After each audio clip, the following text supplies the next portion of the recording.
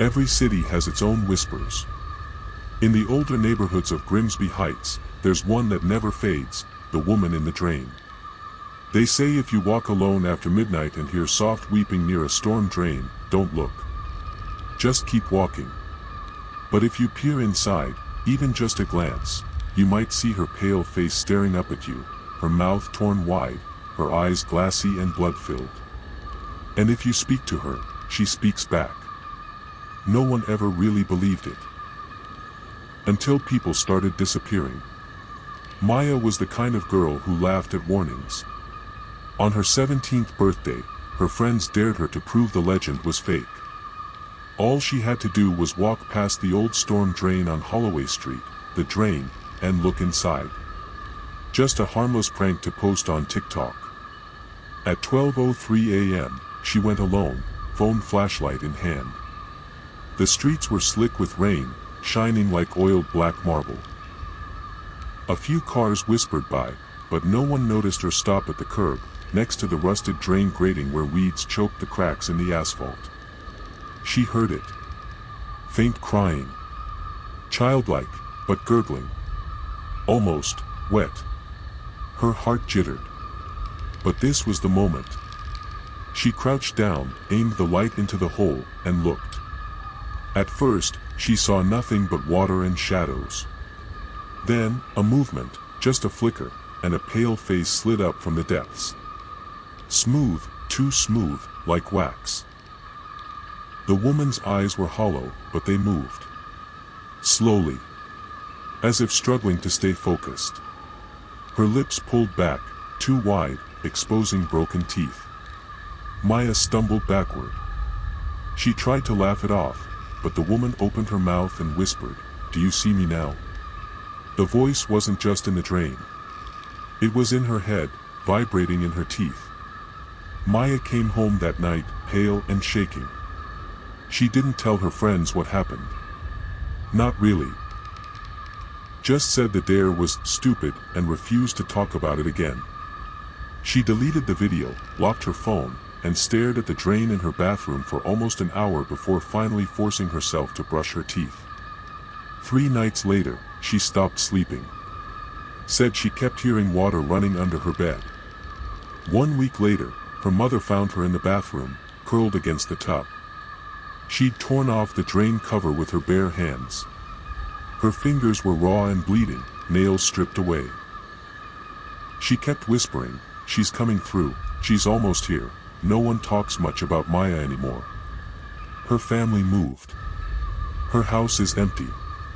But some nights, kids say they still hear weeping on Holloway Street. And sometimes, it sounds closer. They say the woman in the drain was once a mother whose child drowned in the sewers, and she went in after him. She never came out.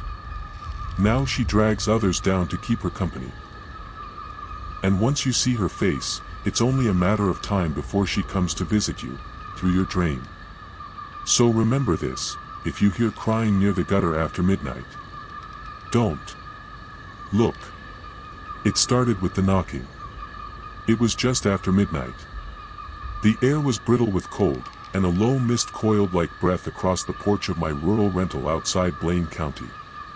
The kind of quiet that feels manufactured, like the land itself is holding its breath. I was renting a place for the fall.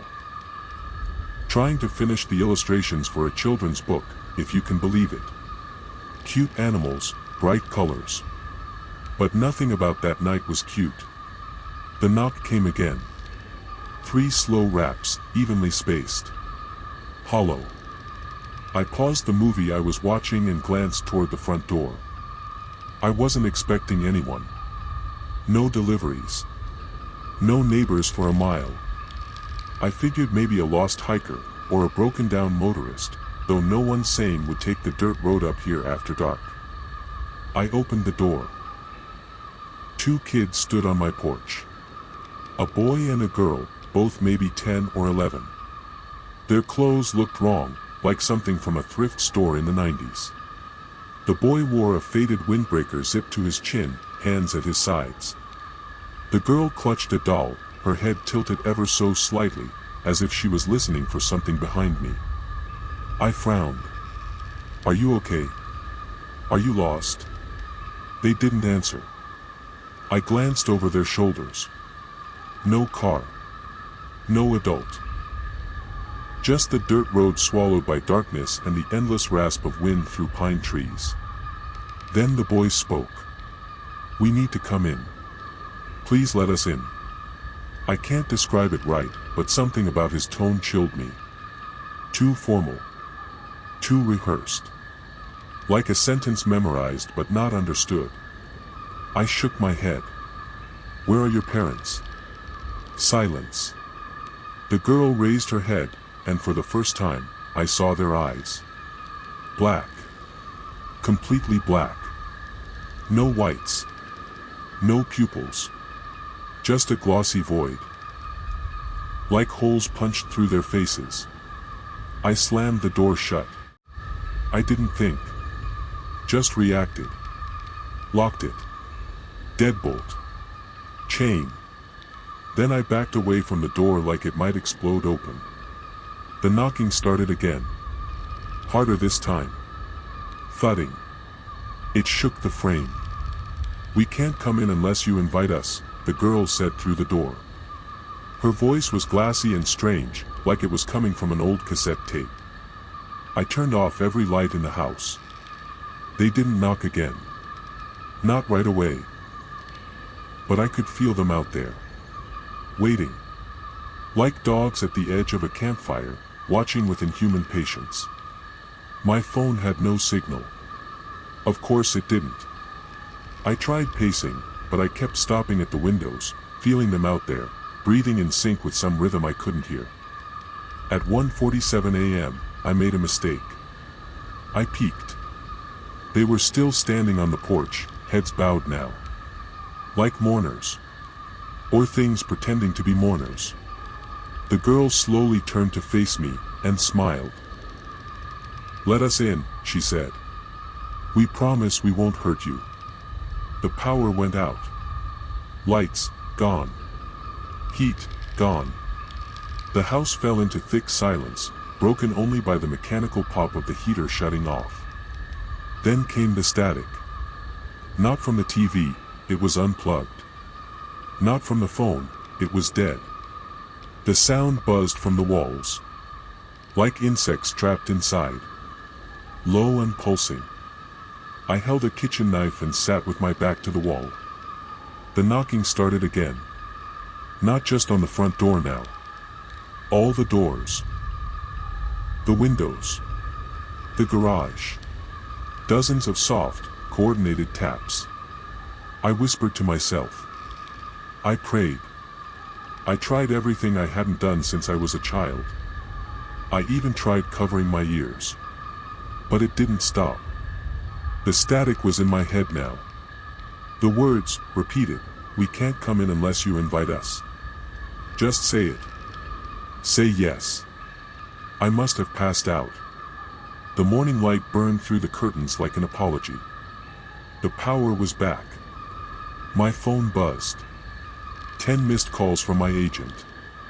A weather warning. Heavy fog expected. I opened the front door. No sign of the kids. No footprints. No damage. Just the dull rust of morning frost on the porch and the faintest smear on the glass where a face had pressed. I left that house within the hour. Left everything behind. They say black-eyed children appear before disaster. They knock. They plead. They wait. But they can't come in, not unless you say yes. And God help you if you ever do. It was nearly 2 a.m. when I decided to walk home instead of calling a ride, which, in hindsight, seems foolish, but at the time it felt like the right kind of solitude, the night's hush offering a moment of decompression after a long, miserable shift bartending for a crowd of college kids who slurred their way through fake IDs and overpriced shots with the entitlement of sleep-deprived pharaohs. The streets were empty in that particular way cities become after midnight, when everything living recedes into brick and iron and fluorescent hums, leaving behind only a skeletal version of the day, stripped of motion, sound, or warmth, the buildings looking more like tombstones than homes, and even my own footsteps felt intrusive, each one ringing a little too loudly off the sides of old row houses and cracked sidewalks. I wasn't drunk. Just exhausted in that raw, nerve-thin way that makes everything feel distant and dreamlike, and I welcomed the silence, thinking, stupidly, that I was alone. I remember checking my phone, watching the battery tick down toward the red, and wondering if I should text someone just in case. I didn't. It was only when I turned onto the long stretch of Ashgrove Avenue, a place I usually avoided after dark because the streetlights were half dead and the city always seemed to forget it existed, that I noticed him.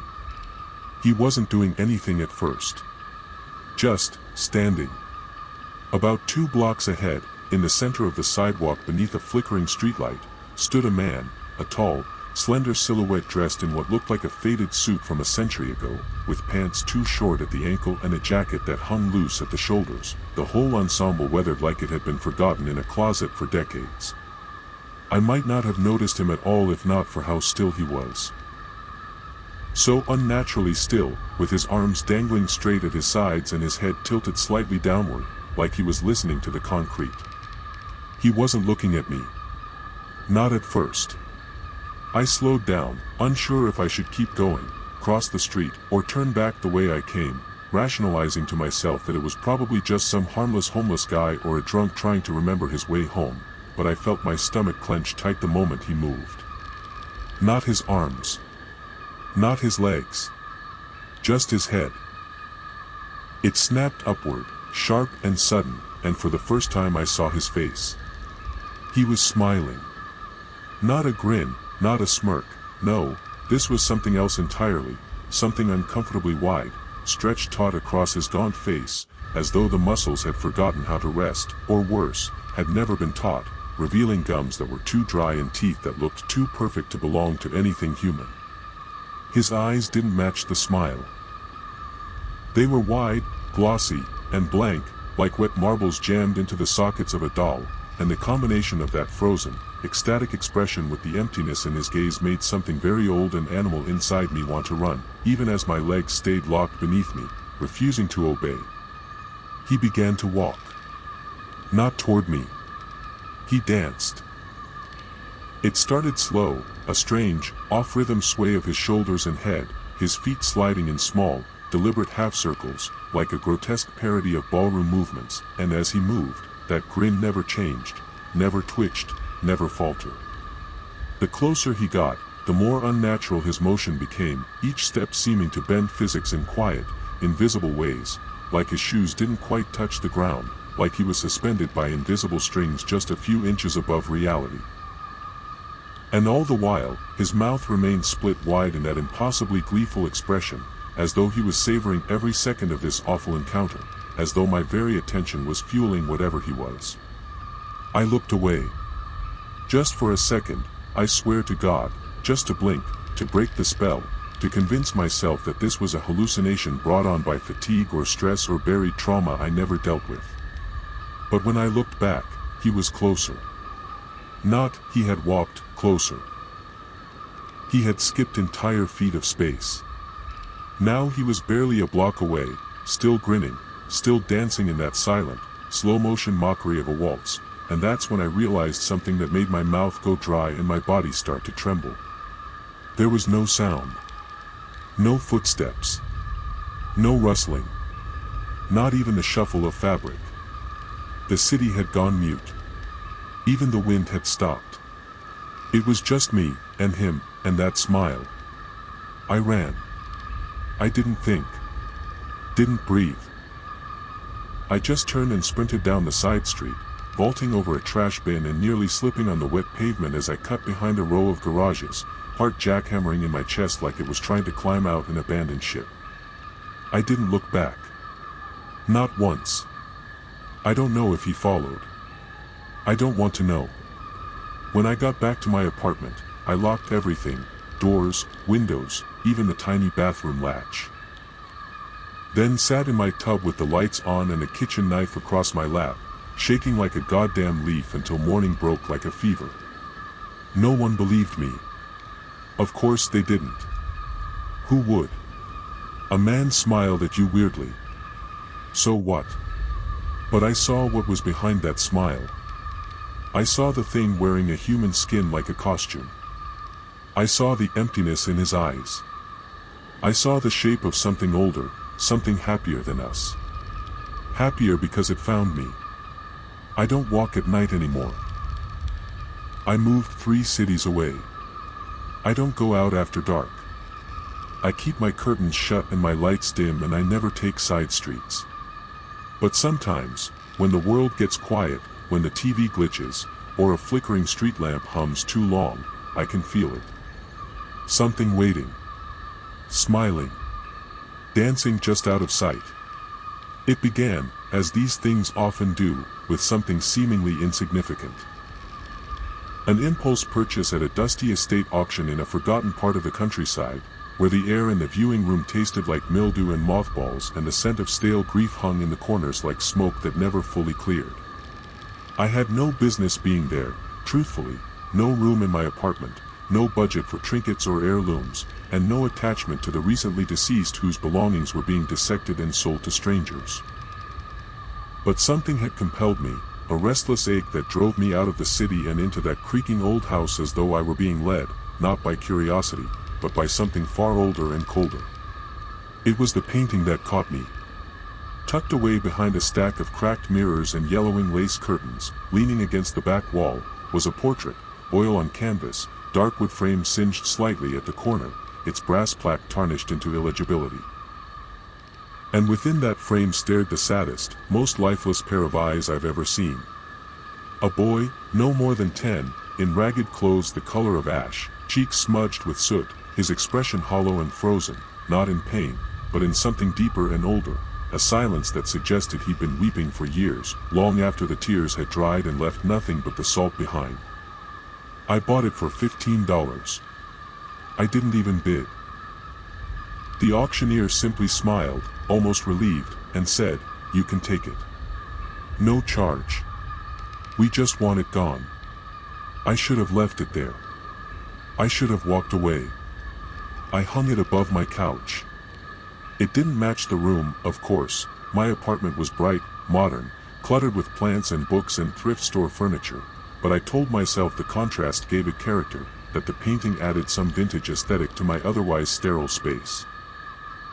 But the longer it hung there, the more it seemed to drain the room.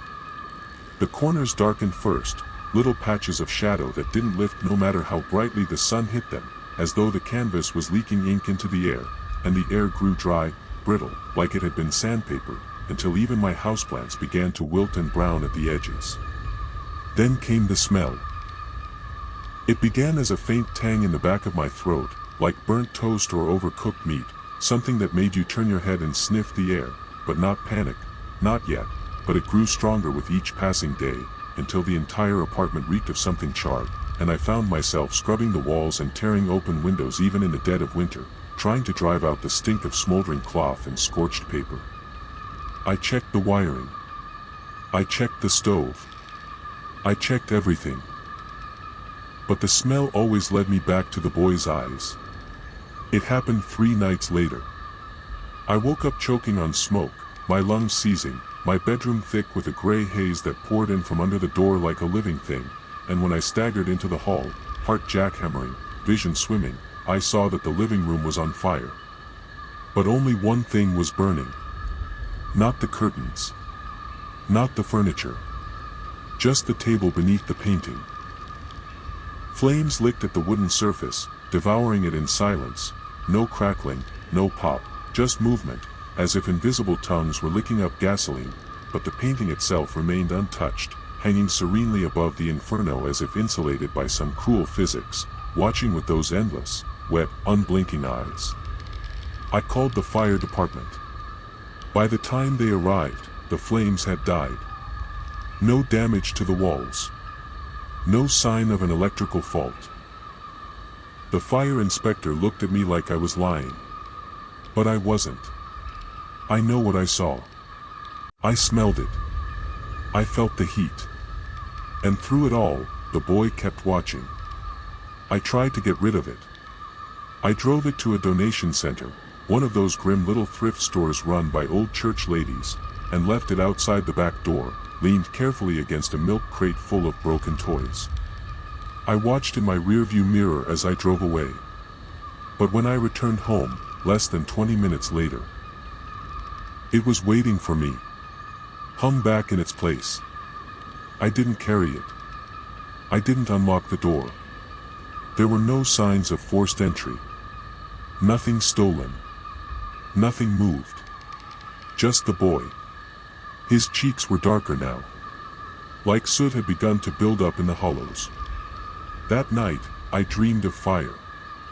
I walked through a burning house, floorboards collapsing behind me, the screams of children echoing through blackened halls, their outlines warped and blistering as they clawed at the windows. But the boy just stood there, in the middle of the flame, smiling slightly now, as if he wanted me to see this, to understand that the painting wasn't a depiction. It was a witness. I started researching. Late nights. Dim light. Fingers trembling over keys. Every lead on the crying boy legend sounded ridiculous until it started to line up. Dozens of fires, over decades, across countries, and always the same result, entire houses consumed, families killed, yet the painting always survived. Untouched, unburned, watching. Some said the boy was an orphan who died in a fire. Others claimed he started them. Some believed the artist made a pact with something infernal, cursing every brushstroke to carry his grief across generations. But none of that mattered. Because the painting wasn't in the past anymore. It was here. With me. And the smell of smoke was back. Stronger than ever. I don't remember lighting the match. I only remember the way the fire danced in my palm, how hungry it looked, and how the boy's eyes finally seemed to change, not widening, not flinching, but narrowing, just slightly, as though he finally saw me, truly saw me, and understood that I was done. Done running. Done fearing. I set the painting on fire. This time, it burned. The canvas twisted, split, bubbled, and blackened. The frame hissed as the finish melted. And through it all, a high, shrill whine filled the room. Not a human scream, but something inside the walls, like a whistle made of nails, like the sound of pressure escaping a dying thing. And then it was over. Ashes. Heat. Silence.